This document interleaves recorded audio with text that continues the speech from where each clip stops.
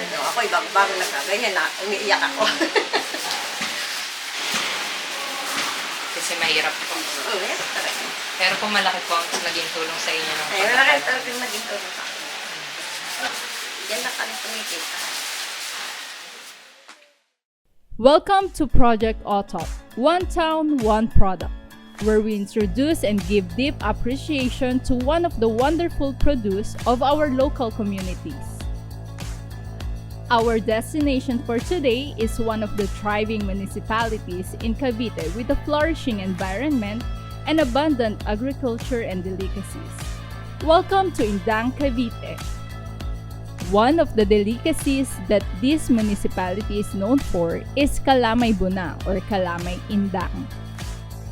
Kalamay Buna is a traditional sweet-tasting kakanin made from glutinous rice, coconut milk or gata, brown sugar or panucha, and fortified with young coconut meat or strips. It was originally produced in Barangay Buna here in Indang, and continues to thrive for almost a century now. Quite a remarkable feat in the business world. From then on, it quickly became a source of income for a lot of people, particularly women in Indang. It is recognized as Indang's One Town, One Product by the Department of Trade and Industry and continues to represent the municipality.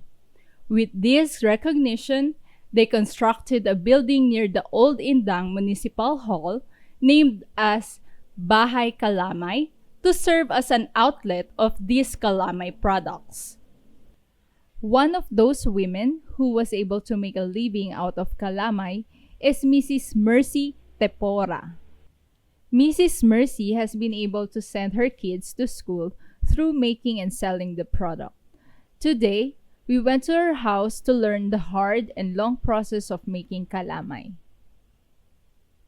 To start with, the glutinous rice needs to be soaked into warm water for at least an hour to prepare it for grinding. While waiting for that, the coconuts have to be scraped to extract the mature coconut meat using the kayuran or kudkuran ng nyog. For 15 boxes of kalamay, more than 10 coconuts are needed. The coconuts were broken into half and scraped manually using the traditional kayuran to extract the coconut meat. The process was long, as they needed to make sure that the coconut meats were extracted fully. Ano yun?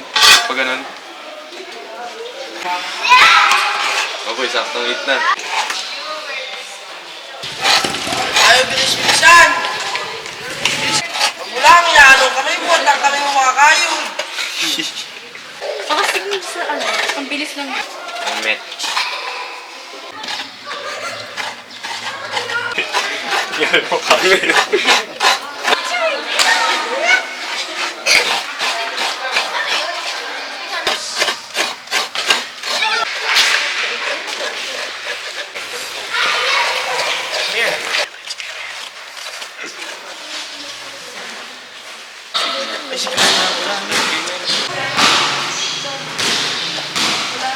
The preparation of coconut strips is next.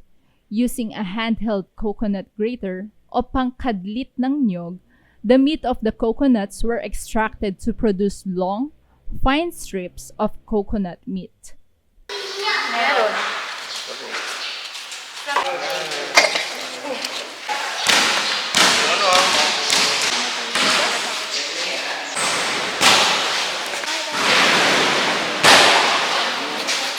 According to Mrs. Mercy, this will add to the taste and texture of the kalamay. This process was harder and took longer to do than scraping the coconut. They had to make sure that they are not grating the coconut flesh too hard, or the strips will not be able to produce the desired texture. Some coconut flesh was harder to grate than the others.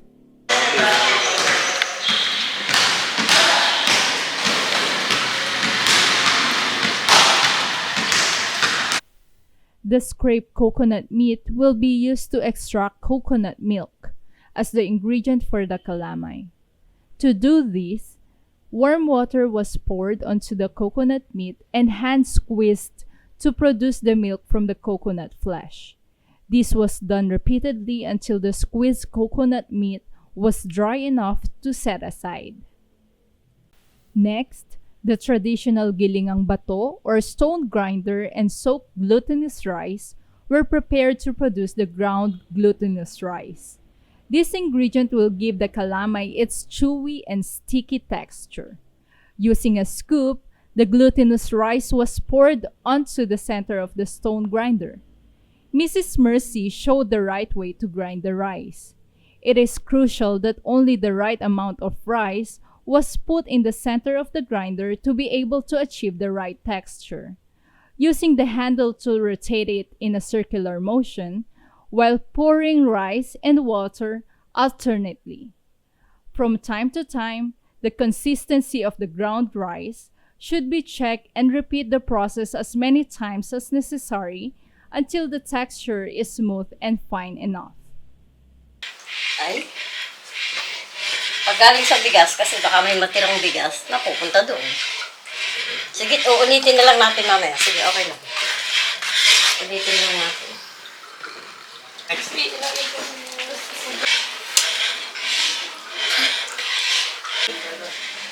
Going forward.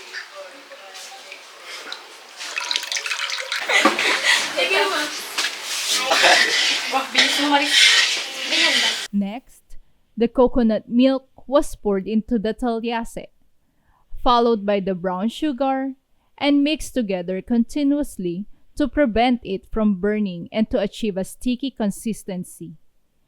Once a few minutes have passed, the coconut strips are then poured into the talyase and then mixing continues. This process was hard as it requires physical strength and endurance to withstand the heat. I am so good.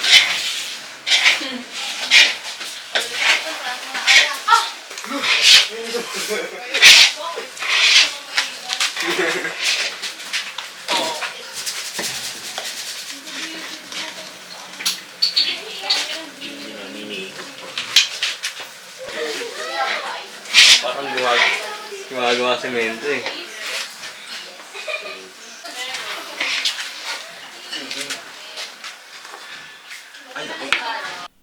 The last steps in the kalamay making process involve shaping the kalamay and wrapping it up. By taking a small part of the sticky mixture, it was molded into a flat circle and wrapped into a 4x10 plastic designed for kalamay and packed into their own kalamay indang boxes. This process has to be done neatly and precisely so it will be presentable to the buyers. Basta mo mag-ano ka? Gloves.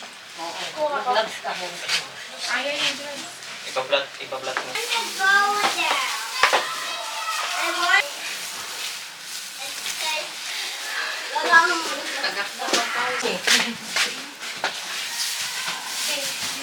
Alin? Abay ikaw!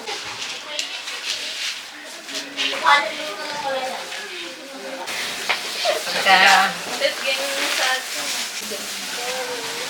Aparan ba? Kaya mo lang sa circle. The process of making kalamay buna has an average time of 3 hours. Mrs. Mercy usually starts making kalamay at 2 in the morning with her husband to avoid the excessive heat in the afternoon. She is one of the members who chose to use the old equipment, techniques, and ingredients in making her kalamay.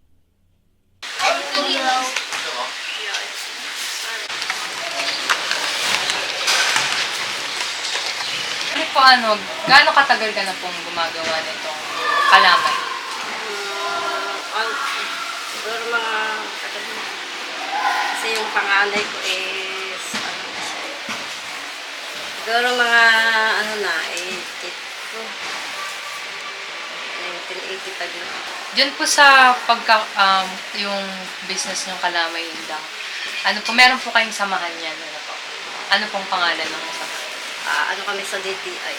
Sa DTI na tayo. Tapos, puro mga Yung mga nagtitinda po niyan, puro mga babae. Babae lang po talaga. Doon sa samahan na yun. Nay, ano po, sino po nag-push sa inyo para gumawa po ng kalamay? Kasi yung nadatnan ko na dito, yung Vietnam ko, na gumagawa siya ng kalamay. Na lang ako, gumaya din ako. Nung siya namatay, ako na lang. Bale, ito po talaga yung business niya, tapos tinuloy niya po. May magtutuloy po ba ng business niya? May tinuturuan po ba kayo ngayon? Wala na yata. Sa mga anak niyo po, or sa asawa ng mga anak niyo? Yung anak kong panganay ay may trabaho naman siya dyan sa Memphis. Mapapanak ako sa mga ito, mag-aral kayo mabuti. Mag-aral kayo mabuti, huwag na kayo at saka hindi kayo lang ganito. Yan, para mahirap na yun mag-ganito. Siguro naman, maranasan nyo maghano, di ba? Maranasan nyo naman siguro, kahit ano. Kami, ako, pagka gumagawa yan, hindi lang gano'n. Puno-puno yung lutuan namin. Hirap maghano talaga. Parang pagka bago-bago. Ako, bago-bago nagkaganyan na umiiyak ako. Kasi mahirap po. Oo, yes, talaga. Pero po malaki po ang naging tulong sa inyo ng Malaki talaga naging tulong sa akin. Trabaho yung asawa ko. Utang, dyan lang. Dyan lang kami kumikita. We have seen and experienced one of the pride of Buna Indang, Cavite, and realized the hard work and passion that these people put into making the product owned by the local community. Despite this, there are growing concerns about the slowly disappearing culture of Magkakalamay. Like Mrs. Mercy, it is rare for young people to pick up this work and continue the culture. She personally does not want her children to continue what she has started. However, it is still a source of pride, creativity, and love for our own. Appreciating, recognizing, and embracing our local communities may contribute to the resilience and productivity of our local pride and economy. This is day 1 of Project Otto. One town, one product.